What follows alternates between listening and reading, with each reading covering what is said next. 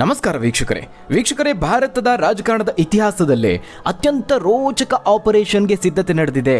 ಇಡೀ ದೇಶದ ದಿಕ್ಸೂಚಿಯನ್ನೇ ಬದಲಿಸಬಲ್ಲ ಹೊಸದೊಂದು ರಾಜಕೀಯ ಚದುರಂಗದಾಟ ಈಗ ದೆಹಲಿಯ ತೆರೆಮರೆಯಲ್ಲಿ ನಡೀತಾ ಇದೆ.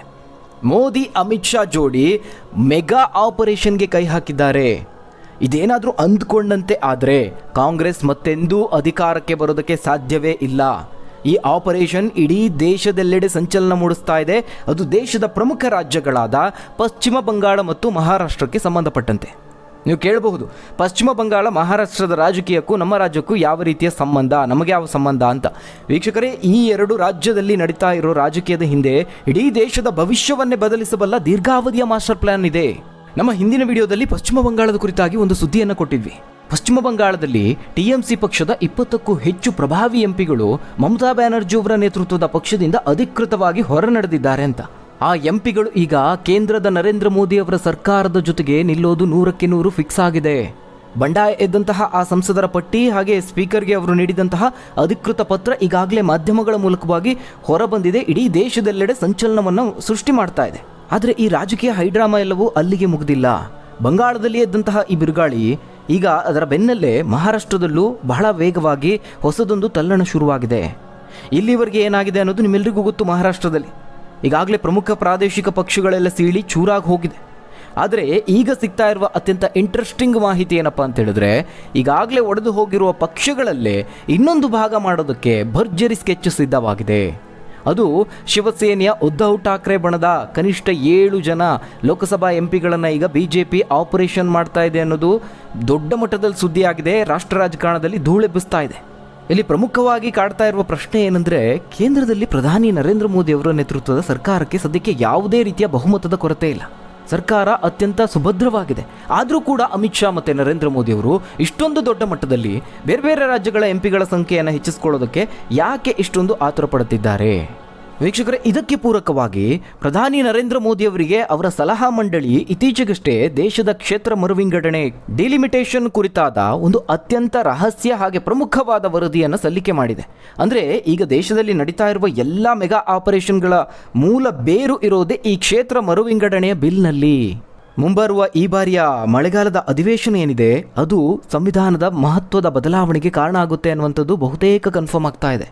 ಸದ್ಯ ದೇಶದಲ್ಲಿ 543 ಇರುವಂತಹ ಲೋಕಸಭಾ ಕ್ಷೇತ್ರಗಳ ಒಟ್ಟು ಸಂಖ್ಯೆಯನ್ನು ಬರೋಬ್ಬರಿ 824ಕ್ಕೆ ಏರಿಸುವುದಕ್ಕೆ ಎಲ್ಲ ರೀತಿಯ ಕಾನೂನಾತ್ಮಕ ಸಿದ್ಧತೆಗಳು ಚುರುಕಾಗಿ ನಡೆದುಬಿಟ್ಟಿದೆ.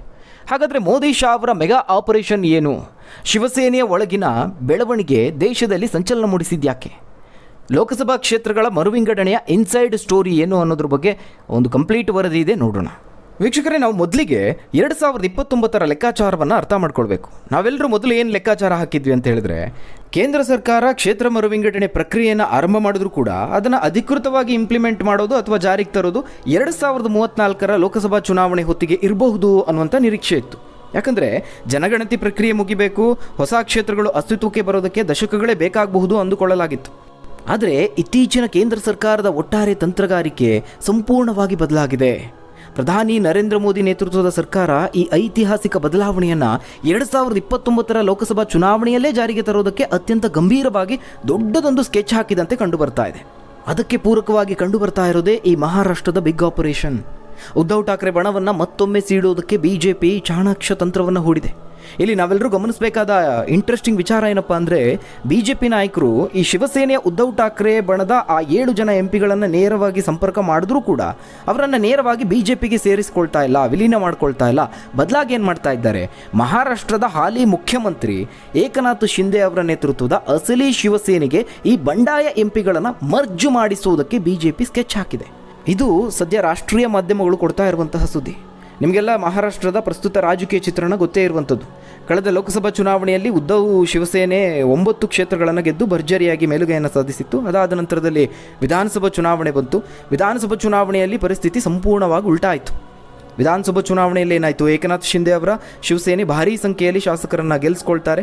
ಉದ್ಧವ್ ಠಾಕ್ರೆ ಬಣದ ಶಿವಸೇನೆ ಕೇವಲ 20 MLAಗಳನ್ನು ಮಾತ್ರ ಗೆಲ್ಲೋದಕ್ಕೆ ಸಾಧ್ಯ ಆಯಿತು. ಹೀಗಾಗಿ ಅಸಲಿ ಶಿವಸೇನೆ ಯಾರು ಅನ್ನುವಂತಹ ಹೋರಾಟದಲ್ಲಿ ಸದ್ಯಕ್ಕೆ ಹೇಳೋದಾದರೆ ಏಕನಾಥ್ ಶಿಂದೆ ಅವರ ಕೈ ಮೇಲುಗೈಯಾಗಿದೆ. ಅದಕ್ಕೆ ಪೂರಕವಾಗಿ ಇತ್ತೀಚೆಗೆ ನಡೆದಂತಹ ಸ್ಥಳೀಯ ಸಂಸ್ಥೆಗಳ ಚುನಾವಣೆ ಆ ಚುನಾವಣೆಯಲ್ಲೂ ಕೂಡ ಏಕನಾಥ್ ಶಿಂದೆ ಅವರ ಬಣವೇ ಮೇಲುಗೈ ಸಾಧಿಸಿರುವಂಥದ್ದು. ಅದರಲ್ಲೂ ಮಹಾರಾಷ್ಟ್ರದ ಮುಂಬೈನ ಮಹಾನಗರ ಪಾಲಿಕೆ BMC ಇದು ದಶಕಗಳಿಂದಲೂ ಠಾಕ್ರೆ ಕುಟುಂಬದ ಭದ್ರಕೋಟೆ ಆಗಿತ್ತು. ಅದು ಕೂಡ ಈಗ ಕಂಪ್ಲೀಟ್ ಆಗಿ ಠಾಕ್ರೆ ಕುಟುಂಬದ ಕೈತಪ್ಪು ಹೋಗಿದೆ. ಇದರ ಒಟ್ಟಾರೆ ಅರ್ಥ ಏನಪ್ಪ ಅಂತ ಕೇಳಿದ್ರೆ, ಉದ್ಧವ್ ಠಾಕ್ರೆ ನೇತೃತ್ವದ ಬಣ ಸದ್ಯಕ್ಕೆ ಸಂಘಟನಾತ್ಮಕವಾಗಿ ಸಾಕಷ್ಟು ವೀಕ್ ಆಗಿದೆ. ಇದರಿಂದಾಗಿ ಅಲ್ಲಿನ ಹಾಲಿ MP ಗಳೇನಿದ್ದಾರೆ, ಒಂದು ರೀತಿಯಲ್ಲಿ ಅವರು ಅಭದ್ರತೆಯ ಭಾವನೆ ಕಾಡ್ತಾ ಇದೆ ಅವರಲ್ಲಿ. ಈಗಾಗಲೇ ಆ ರೀತಿಯ ಒಂದು ಫೀಲಿಂಗ್ ಬಿಲ್ಡ್ ಆಗಿದೆ ಅವರಲ್ಲಿ. ನಾವು ಭವಿಷ್ಯದಲ್ಲೂ ಉದ್ಧವ್ ಠಾಕ್ರೆ ಜೊತೆಗೇನೇ ಉಳಿದುಕೊಂಡ್ರೆ ನಮ್ಮ ರಾಜಕೀಯದ ಭವಿಷ್ಯ ಏನು, ಈ ಆತಂಕ ಅವರನ್ನು ಕಾಡ್ತಾ ಇದೆ. ರಾಜಕೀಯದಲ್ಲಿ ಯೂಶ್ವಲ್ ಆಗಿ ಏನಾಗುತ್ತೆ, ಗೆದ್ದಿತ್ತಿನ ಬಾಲವನ್ನು ಹಿಡಿಯೋರೇ ಜಾಸ್ತಿ. ಉದಾಹರಣೆಗೆ ಬಂಗಾಳದ ಚುನಾವಣೆಯಲ್ಲಿ BJP ಒಂದು ಅಭೂತಪೂರ್ವ ಸಾಧನೆ ಮಾಡಿತು. ಅದಾದ ನಂತರದಲ್ಲಿ TMC ನಾಯಕರಿಗೆ ಅನಿಸೋದಕ್ಕೆ ಶುರುವಾಯಿತು, ನಾವಿನ್ನು ಮುಂದೇನೂ ಕೂಡ ಇದೇ ಪಕ್ಷದಲ್ಲಿದ್ದರೆ ನಮಗೆ ರಾಜಕೀಯ ಭವಿಷ್ಯ ಇಲ್ಲ ಅಂತ. ಅದಕ್ಕೋಸ್ಕರವಾಗಿಯೇ ಅವರು NDA ಒಕ್ಕೂಟಕ್ಕೆ ಸಪೋರ್ಟ್ ಮಾಡೋದಕ್ಕೆ ಹೊರಟುಬಿಟ್ಟಿದ್ದಾರೆ. ಈ ಕಡೆ ಕೇಂದ್ರದಲ್ಲಿ ಏನಾಗ್ತಾ ಇದೆ, ಪ್ರಧಾನಿ ನರೇಂದ್ರ ಮೋದಿ ಅವರ ಸಲಹಾ ಮಂಡಳಿ ದೇಶದ ಲೋಕಸಭಾ ಕ್ಷೇತ್ರಗಳ ಕ್ಷೇತ್ರ ಮರುವಿಂಗಡಣೆ ಕುರಿತಾಗಿ ಒಂದು ಐತಿಹಾಸಿಕ ವರದಿಯನ್ನು ಸಲ್ಲಿಕೆ ಮಾಡಿದೆ. ಆ ವರದಿಯ ಶಿಫಾರಸುಗಳನ್ನು ಕೇಂದ್ರ ಸರ್ಕಾರ ಇಂಪ್ಲಿಮೆಂಟ್ ಮಾಡಬೇಕಾದ್ರೆ ಸಂವಿಧಾನಕ್ಕೆ ತಿದ್ದುಪಡಿಯನ್ನು ತರಬೇಕಾಗುತ್ತೆ. ಅದಕ್ಕೆ ಸಂಸತ್ತಿನಲ್ಲಿ 3/2 ಬಹುಮತ ಬೇಕೇ ಬೇಕು. ಅದೇ ಈಗ ಪ್ರಮುಖ ವಿಚಾರ ಆಗಿರೋದು.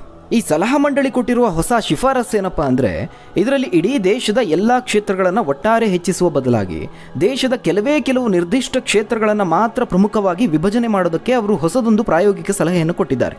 ಅಂದರೆ ಈಗ ಲೋಕಸಭೆಯಲ್ಲಿ ಒಟ್ಟು ಎಷ್ಟು ಸಂಖ್ಯೆ ಇದೆ, 543 ಲೋಕಸಭಾ ಕ್ಷೇತ್ರಗಳಿದ್ದಾವೆ.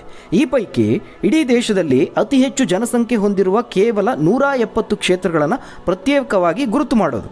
ಆ ಆಯ್ದ ಈ 170 ಕ್ಷೇತ್ರಗಳನ್ನು ಮಾತ್ರ ವಿಭಜನೆ ಮಾಡಬೇಕು ಅಂತ ಈ ಸಲಹಾ ಮಂಡಳಿ ಸರ್ಕಾರಕ್ಕೆ ಶಿಫಾರಸು ಮಾಡಿದೆ. ಆ 170 ಕ್ಷೇತ್ರಗಳಲ್ಲಿ 59 ಕ್ಷೇತ್ರಗಳನ್ನು 2 ಭಾಗಗಳನ್ನಾಗಿ ಮಾಡಿದ್ರೆ, ಉಳಿದಂತಹ ಅತಿ ದೊಡ್ಡ 111 ಕ್ಷೇತ್ರಗಳನ್ನು ತಲಾ 3 ಭಾಗಗಳನ್ನಾಗಿ ವಿಂಗಡಿಸುವಂಥದ್ದು. ಇದು ಅವರು ಕೊಟ್ಟಿರುವಂತಹ ಮಾಸ್ಟರ್ ಪ್ಲ್ಯಾನ್. ಈ ವಿಶಿಷ್ಟ ಫಾರ್ಮುಲಾದ ಮೂಲಕವಾಗಿ ದೇಶದ ಒಟ್ಟು ಲೋಕಸಭಾ ಕ್ಷೇತ್ರಗಳ ಸಂಖ್ಯೆಯನ್ನು ಹಾಲಿ ಇರುವ 543ರಿಂದ ನೇರವಾಗಿ 824ಕ್ಕೆ ಏರಿಸಬೇಕು ಅಂತ ಈ ತಜ್ಞರ ಸಮಿತಿ ಶಿಫಾರಸು ಮಾಡಿರುವಂಥದ್ದು. ಈ ಹೊಸ ಫಾರ್ಮುಲಾದಿಂದ ದಕ್ಷಿಣದ ರಾಜ್ಯಗಳಿಗೆ ಇರುವ ಒಂದು ದೊಡ್ಡ ಆತಂಕ ದೂರ ಆಗುತ್ತೆ. ಆರಂಭದಲ್ಲಿ ಈ ಡಿಲಿಮಿಟೇಷನ್ ಕುರಿತಾಗಿ ಒಂದು ರೀತಿಯ ಅಪಸ್ವರಗಳಿತ್ತಲ್ವ, ಆದರೆ ಈ ಹೊಸ ಫಾರ್ಮುಲಾದಿಂದ ದಕ್ಷಿಣದ ರಾಜ್ಯಗಳಿಗೆ ಇರುವ ಒಂದು ದೊಡ್ಡ ಆತಂಕ ದೂರ ಆಗ್ತಾ ಇದೆ. ದಕ್ಷಿಣದ ರಾಜ್ಯಗಳಿಗೆ ಹಾಲಿ ಲೋಕಸಭೆಯಲ್ಲಿ ಇರುವ 23.6% ಪ್ರಾತಿನಿಧ್ಯ ಏನಿದೆ, ಅದು 23.7ಕ್ಕೆ ಏರಿಕೆ ಆಗುತ್ತೆ. ಅಂದರೆ ಸುಮಾರು 0.1 ದಕ್ಷಿಣದ ರಾಜ್ಯಗಳಿಗೆ ಹೆಚ್ಚುವರಿ ಲಾಭ ಆಗುತ್ತೆ. ಅದೇ ರೀತಿಯಲ್ಲಿ ಉತ್ತರದ ರಾಜ್ಯಗಳಿಗೆ ಈ ಹಿಂದೆ 45.2% ಪ್ರಾತಿನಿಧ್ಯ ಇತ್ತು, ಅದು 45.6ಕ್ಕೆ ಏರಿಕೆ ಆಗುತ್ತೆ. ಶೇಕಡಾವಾರು ಪ್ರಾತಿನಿಧ್ಯ ನೋಡಿದ್ರೆ ಅಂತಹ ದೊಡ್ಡ ಬದಲಾವಣೆ ಏನಿಲ್ಲ. ಈಗ ನಾವು ರಾಜ್ಯವಾರು ಹೊಸ ಸೀಟುಗಳ ಹಂಚಿಕೆ ಯಾವ ರೀತಿ ಇರುತ್ತೆ ಅಂತ ನೋಡೋದಾದರೆ, ಎಸ್ಪೆಷಲಿ ನಮ್ಮ ಕರ್ನಾಟಕದ ಕುರಿತಾಗಿ ನೋಡಿದ್ರೆ 28 ಲೋಕಸಭಾ ಕ್ಷೇತ್ರಗಳಿದ್ದಾವಲ್ಲ, ಅದು 42 ಕ್ಷೇತ್ರಗಳಾಗಿ ಬದಲಾಗುತ್ತೆ. ತಮಿಳುನಾಡಿನಲ್ಲಿ 39 ಲೋಕಸಭಾ ಕ್ಷೇತ್ರಗಳಿರೋದು ಮುಂದಿನ ದಿನಗಳಲ್ಲಿ ಬರೋಬ್ಬರಿ 59ಕ್ಕೆ ಏರಿಕೆ ಆಗುತ್ತೆ. ಇನ್ನು ಆಂಧ್ರ ಪ್ರದೇಶದಲ್ಲಿ 25 ಕ್ಷೇತ್ರಗಳಿದ್ದಾವೆ, ಅದು 38ಕ್ಕೆ ಏರಿಕೆ ಆಗುತ್ತೆ.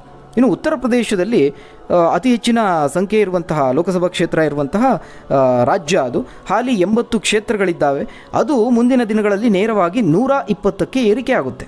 ಇನ್ನು ಮಹಾರಾಷ್ಟ್ರದಲ್ಲಿ ಪ್ರಸ್ತುತ 48 ಕ್ಷೇತ್ರಗಳನ್ನು ಹೊಂದಿದೆ, ಅದು 72ಕ್ಕೆ ಏರಿಕೆ ಆಗಲಿದೆ. ಅದೇ ರೀತಿ ಪಶ್ಚಿಮ ಬಂಗಾಳ ಹಾಲಿ 42 ಲೋಕಸಭಾ ಕ್ಷೇತ್ರಗಳಿದ್ದಾವೆ, ಇದು ಹೊಸ ವಿಂಗಡಣೆಯ ನಂತರದಲ್ಲಿ ಬರೋಬ್ಬರಿ 61ಕ್ಕೆ ಏರಿಕೆ ಆಗುತ್ತೆ.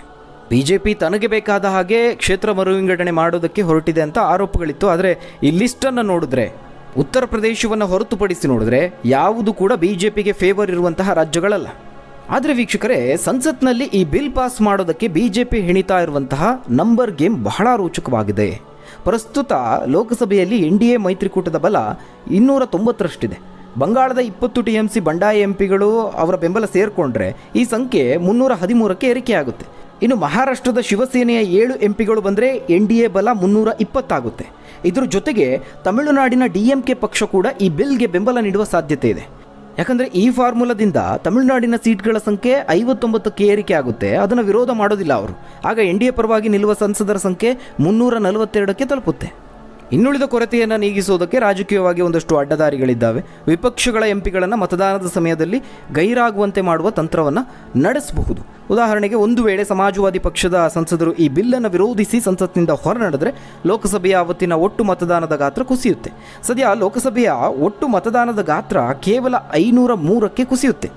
ಆ ಸಂದರ್ಭದಲ್ಲಿ ಹಾಜರಿದ್ದು ಮತ ಹಾಕುವವರ ಪೈಕಿ 3/2 ಬಹುಮತ ಪಡೆಯೋದಕ್ಕೆ ಕೇಂದ್ರ ಸರ್ಕಾರಕ್ಕೆ ಬೇಕಾಗುವ ಮ್ಯಾಜಿಕ್ ನಂಬರ್ ಕೇವಲ 336 ಆಗಿರುತ್ತೆ.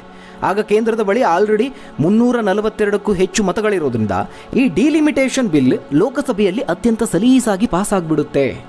ಇನ್ನು ರಾಜ್ಯಸಭೆಯಲ್ಲೂ ಬೇರೆ ಬೇರೆ ಪಕ್ಷಗಳಿದ್ದಾವೆ. ಆಪ್ ಆಗಿರ್ಬೋದು, BJD ಆಗಿರ್ಬೋದು, YSRCP ಆಗಿರ್ಬೋದು. ಇವರ ಬೆಂಬಲದೊಂದಿಗೆ ಕೇಂದ್ರ ಸರ್ಕಾರ ಈ ಬಿಲ್ಲನ್ನು ಸುಲಭವಾಗಿ ಪಾಸ್ ಮಾಡ್ಕೊಳ್ಬಹುದು. ಕೇವಲ ಇದಿಷ್ಟೇ ಅಲ್ಲ, BJPಯ ಪ್ಲ್ಯಾನ್ ಬಹಳ ದೊಡ್ಡದಾಗಿದೆ. ಈ ಡಿಲಿಮಿಟೇಷನ್ ಬಿಲ್ಲನ್ನು ಒಂಟಿಯಾಗಿ ತಂದರೆ ಅದಕ್ಕೆ ವಿಪಕ್ಷಗಳಿಂದ ಪ್ರಾದೇಶಿಕ ಅಸಮತೋಲನದ ಹೆಸರಲ್ಲಿ ಭಾರಿ ವಿರೋಧ ವ್ಯಕ್ತವಾಗುತ್ತೆ ಅನ್ನೋದು ಅವ್ರಿಗೆ ಗೊತ್ತು.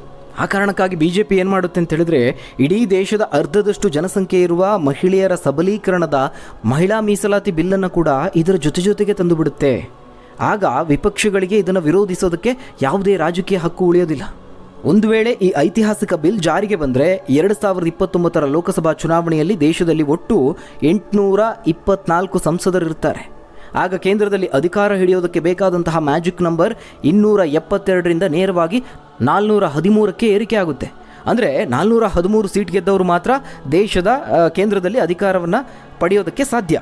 ಅಷ್ಟು ಮಾತ್ರ ಅಲ್ಲ, ಈ 824 ಸದಸ್ಯರ ಪೈಕಿ 271 ಸ್ಥಾನಗಳು ಮಹಿಳೆಯರಿಗೆ ಮೀಸಲಾಗಿರೋದ್ರಿಂದ ಭವಿಷ್ಯದಲ್ಲಿ ನಿಮ್ಮ ಕ್ಷೇತ್ರಗಳು ಕೂಡ ಮಹಿಳಾ ಮೀಸಲು ಕ್ಷೇತ್ರಗಳಾಗಿ ಬದಲಾಗಬಹುದು. ಒಟ್ಟಾರೆಯಾಗಿ ದೇಶದ ರಾಜಕಾರಣ ಬಹಳ ಕುತೂಹಲವನ್ನು ಮೂಡಿಸ್ತಾ ಇದೆ. ಹಾಗಾದರೆ ವೀಕ್ಷಕರೇ, ಮೋದಿ ಮತ್ತು ಅಮಿತ್ ಶಾ ಅವರ ಈ ಮೆಗಾ ಆಪರೇಷನ್ ಹಾಗೆ ಇಡೀ ದೇಶದ ರಾಜಕಾರಣವನ್ನೇ ಬದಲಿಸಬಲ್ಲಂತಹ ಈ ಮಹತ್ತರ ಮಾಸ್ಟರ್ ಪ್ಲ್ಯಾನ್ ಕುರಿತಾಗಿ ನಿಮ್ಮ ವೈಯಕ್ತಿಕ ಅನಿಸಿಕೆ, ಅಭಿಪ್ರಾಯ ಏನು ಅನ್ನೋದನ್ನು ಕಮೆಂಟ್ ಮೂಲಕವಾಗಿ ತಿಳಿಸಿ. ವಿಡಿಯೋ ಇಷ್ಟ ಆಗಿದ್ದರೆ ಲೈಕ್ ಮಾಡಿ ಮತ್ತು ಶೇರ್ ಮಾಡಿ, ನಮ್ಮ ಚಾನಲ್ನ ಸಬ್ಸ್ಕ್ರೈಬ್ ಮಾಡ್ಕೊಳ್ಳಿ. ಮತ್ತೊಂದು ಇಂಟ್ರೆಸ್ಟಿಂಗ್ ವಿಚಾರದೊಂದಿಗೆ ಮುಂದಿನ ವಿಡಿಯೋದಲ್ಲಿ ಸಿಗೋಣ. ಧನ್ಯವಾದಗಳು.